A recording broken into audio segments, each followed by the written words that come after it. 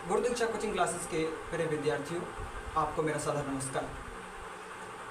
व्याकरण पोर्शन पर जब हमारा पकड़ मजबूत होता है तो निसंदेह परीक्षा में जो ऑब्जेक्टिव पूछे जाते हैं वो हर ऑब्जेक्टिव हमें आसान लगता है।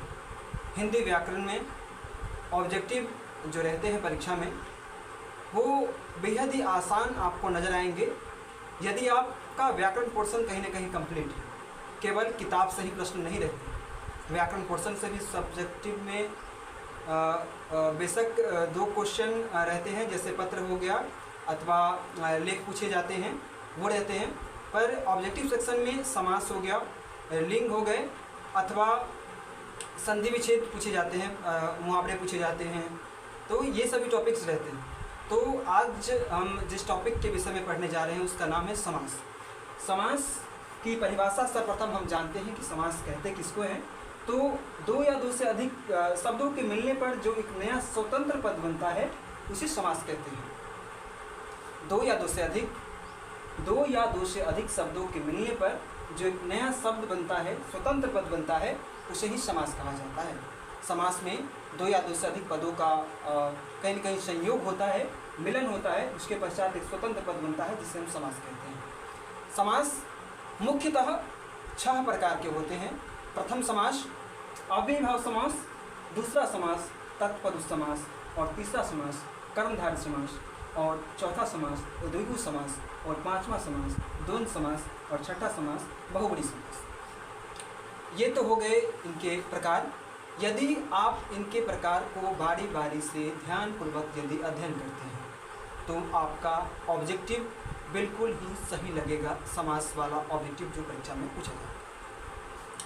ऑब्जेक्टिव व्याकरण सेक्शन में बिल्कुल सही लगे, इसके लिए किसी भी विषय में, चाहे वह साइंस हो, हिंदी हो, मैथ हो अथवा संस्कृत हो, किसी भी विषय में आपका ऑब्जेक्टिव सही बने, इसके लिए सबसे ज़रूरी चीज़ जो है वो है कि आपका सब्जेक्टिव पर विशेष पकड़। सर्वप्रथम आप उसकी परिभाषा को जानें, उसकी बारीकियों को पढ़ें, देन जो भी ऑब्जेक्टिव आपसे पूछे जाएंगे वो ऑब्जेक्टिव आप पूरी तरीके से सही लगा करके आएंगे एग्जाम में। तो बारी बारी से हम जानते हैं कि अव्ययीभाव समास, तत्पुरुष समास, कर्मधारय समास, बहुब्रीहि समास, इनके जितने भी बाकी अन्य समास है प्रकार के वो कैसे कहते हैं। तो प्रथम समास है अव्ययीभाव समास। जिस समास का पूर्व पद प्रधान हो उसे अव्ययीभाव समास कहते हैं, अथवा जिस समास का पूर्व पद अव्यय हो उसे अव्ययीभाव समास कहते हैं। जिस समास का पूर्व पद प्रधान हो, अर्थात पूर्व पद कहने से तात्पर्य है जिसका पहला पद प्रधान हो, अथवा जिस समास का प्रथम पद अव्यय हो। अव्यय किसे कहते हैं? अव्यय जिसका व्यय न हो उसे अव्यय कहा जाता है। तो जिस समास का पूर्व पद प्रधान हो उससे अव्ययीभाव समास कहते हैं। इसके उदाहरणों को हम देखते हैं। जैसे अव्ययीभाव समास का प्रथम उदाहरण है यथाशक्ति। इसमें यथा जो है, ये जो यथा जो यहाँ पर लिखा हुआ है, ये यथा अव्यय होगा, शक्ति के अनुसार यथासंभव। इसमें जो यथा है इसे अव्यय कहा जाता है। प्रतिवर्ष में प्रति अव्यय, आजन्म में आ अव्यय है, निसंदेह में नि अव्यय है। तो यथासंभव समय के अनुसार, प्रतिवर्ष अर्थात हर वर्ष, आजन्म जन्म से लेकर, निसंदेह संदेह रहित। तो ये समास जो है, इन समास में यदि किसी भी समास में यदि यथा पूर्व पद में रहे, पूर्व पद की यहाँ पर प्रधानता है, यथासंभव में यथा की प्रधानता अत्यधिक है। यथा समय, प्रतिवर्ष, आजन्म, आ, नी, प्रति, यथा, ये सब अव्यय है जिनका व्यय न हो।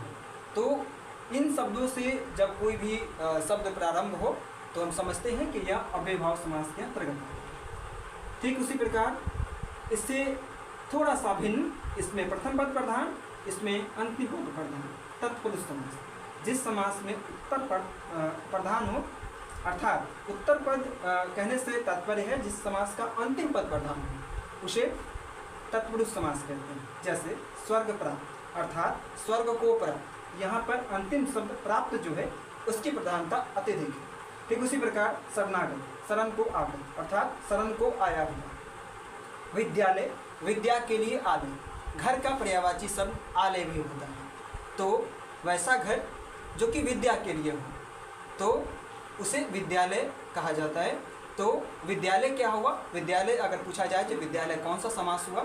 तो हम तुरंत त्वरित बता देंगे जो विद्यालय तत्पुरुष समास हुआ। ठीक उसी प्रकार पुस्तकालय, पुस्तक के लिए आलय अर्थात पुस्तक के लिए जो घर है उसे पुस्तकालय कहा जाता है। राजपुत्र, राजा का पुत्र, तो यहाँ पर उत्तर पद अर्थात अंतिम पद की प्रधानता अधिक है। ठीक उसी प्रकार रसोई घर, रसोई के लिए घर। तो इसी प्रकार हम समास के अन्य भागों को भी अब आगे समझ रहे हैं। तो दो समास के विषय में हमने जाना, अब हम तीसरा समास जान रहे हैं जो कर्मधारय समास। तो जिस तत्पुरुष में एक पद उपमेय और या विशेषण हो तथा दूसरा पद उपमान या विशेष्य हो उसे कर्मधारय समास कहते हैं। जैसे महापुरुष, महान है जो पुरुष, महापुरुष। ठीक उसी प्रकार दूसरा शब्द महात्मा, महान है जो आत्मा, उसे महात्मा कहेंगे। ठीक उसी प्रकार लाल मिर्च, लाल है जो मिर्च, नील गाय, नीली गाय। तो इस प्रकार के जो शब्द रहे, महापुरुष हो गए, महात्मा हो गए।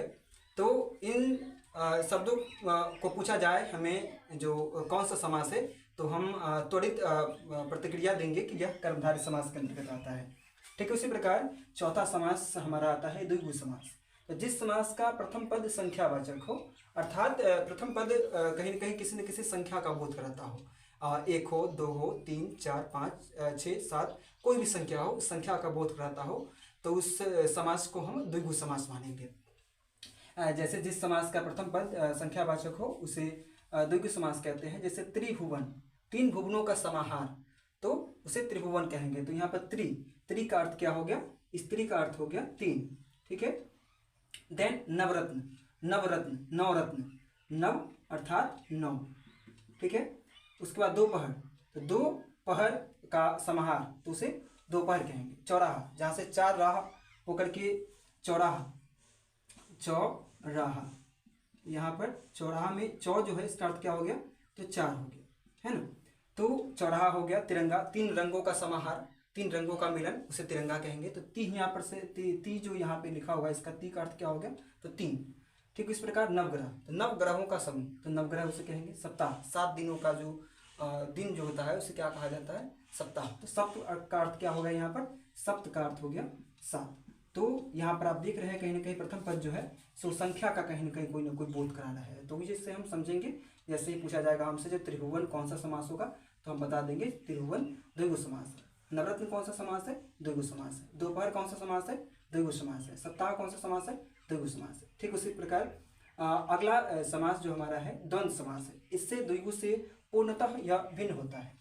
इस समास की खासियत क्या होती है, तो इस समास के दोनों पद प्रधान होते हैं। और दोनों पद कहीं ना कहीं कहा जाए, अगर आप इस समास की खासियत यह भी होती है कि यह इस समास के अंतर्गत जो शब्द आते हैं वो हमेशा साथ साथ बोले जाते हैं। कहीं ना कहीं अधिकांशतः आप देखते होंगे। तो जैसे जिस समास का दोनों पद प्रधान हो उसे द्वंद्व समास कहते हैं। जैसे दाल भात एक साथ बोला जाता है, फिर जन्म मरण, भूख प्यास, माता पिता, रात दिन, सुख दुख, नर नारी। इस समास को पहचानने की एक और ट्रिक यह है कि इस समास को आप जब देखेंगे तो देखेंगे कि 2 शब्दों के बीच में योजक चिन्ह लगा रहता है। दाल और भात, इन दोनों के बीच में देखिए योजक चिन्ह लगा हुआ है। रात और दिन, इन दोनों के बीच में योजक चिन्ह लगा हुआ है। जन्म मरण, इन दोनों के बीच में योजक चिन्ह है। सुख दुख, दोनों के बीच में योजक चिन्ह है। भूख प्यास, दोनों में योजक चिन्ह है। नर नारी, दोनों में योजक चिन्ह है। माता पिता, इन दोनों शब्दों के बीच में भी योजक चिन्ह है। तो जब 2 शब्दों के बीच में जब योजक चिन्ह रहे तो त्वरित आप समझ जाएं कि कौन सा समास है, द्वंद्व समास है। देन छठा समास और अंतिम समास बहुब्रीहि समास। तो जिस समास में दोनों पदों में से कोई भी पद प्रधान न होता हो बल्कि समस्त पद किसी अन्य पद का विश्लेषण, और इस समास के अंतर्गत जो शब्द बोले जाते हैं, देखे जाते हैं, पढ़ने के लिए हमें मिलते हैं, उस समास शब्द को यदि आप पढ़ेंगे तो कहीं ना कहीं आपको लगेगा कि शब्द के माध्यम से किसी न किसी शख्स को इंडिकेट किया गया है, सूचित किया गया है। तो जैसे नीलकंठ, तो नीला है कंठ जिसका, किनका, तो शिव जी का। महादेव, भोलेनाथ। दशानन, 10 हैं मुख जिनके, तो रावण, जिनके 10 मुख थे। तो हम नील दशानन कह रहे हैं और हमारा इंडिकेशन किन की ओर है, तो रावण की ओर। दशानन हो गया। लंबोदर, लंबा है उदर जिसका, तो जिनका लंबा उदर है, हम गणेश जी को इंडिकेट कहीं ना कहीं कर रहे हैं, गणेश जी को हम सूचित कर रहे हैं। तो जिस प्रकार दीर्घ बाहु, लंबी है बाहु जिसके, बाहु अर्थात भुजा, तो विष्णु। चक्रपाणी, चक्र है पानी में जिसका, हिंदी में यह जो पानी है इस पानी का अर्थ होता है हस्त अर्थात हाथ। तो जिनके हाथों में चक्र हो उसे विष्णु पानी कहते हैं। ठीक उसी प्रकार वीणा पानी, तो जिनके हाथों में वीणा हो तो उन्हें वीणा पानी कहा जाता है, अर्थात माँ सरस्वती। तो इस प्रकार हमने समास का आज अध्ययन किया। तो आप घर पे जब बैठे तो समास में शुरुआत से जो ये बताया गया है, तो इस समास का परिभाषा सहित उसके उदाहरण सहित कॉपी पर अंकित करें। यदि सब्जेक्टिव पर पकड़ जब मजबूत होगी, पुनः मैं दोहराना चाह रहा हूँ, सब्जेक्टिव पर मजबूत यदि पकड़ होगी जिस भी विषय में हो, सब्जेक्टिव पर जब आपकी मजबूत पकड़ होगी तो ऑब्जेक्टिव स्वतः बन जाएगा, क्योंकि ऑब्जेक्टिव का निर्माण सब्जेक्टिव से ही होता है। तो सब्जेक्टिव पर आपकी पकड़ मजबूत हो और परीक्षा का जो समय शेष है उस शेष समय में तैयारी बेहतर ढंग से कीजिए, क्योंकि अब बर्बाद करने के लिए आपके पास समय नहीं है। अब यदि आप समय बर्बाद कर रहे हैं तो इससे आपका परिणाम प्रभावित होगा। तो परिणाम प्रभावित ना हो इसके लिए आज मेहनत कीजिए, कल जरूर शानदार रिजल्ट आएगा। एक ऐसा शानदार रिजल्ट जिस दिन आपको अपनी पढ़ाई के ऊपर गर्व होगा और आपके माता पिता को आपके ऊपर जो खर्च कर रहे हैं उन्हें व्यर्थ नहीं लगेगा। धन्यवाद।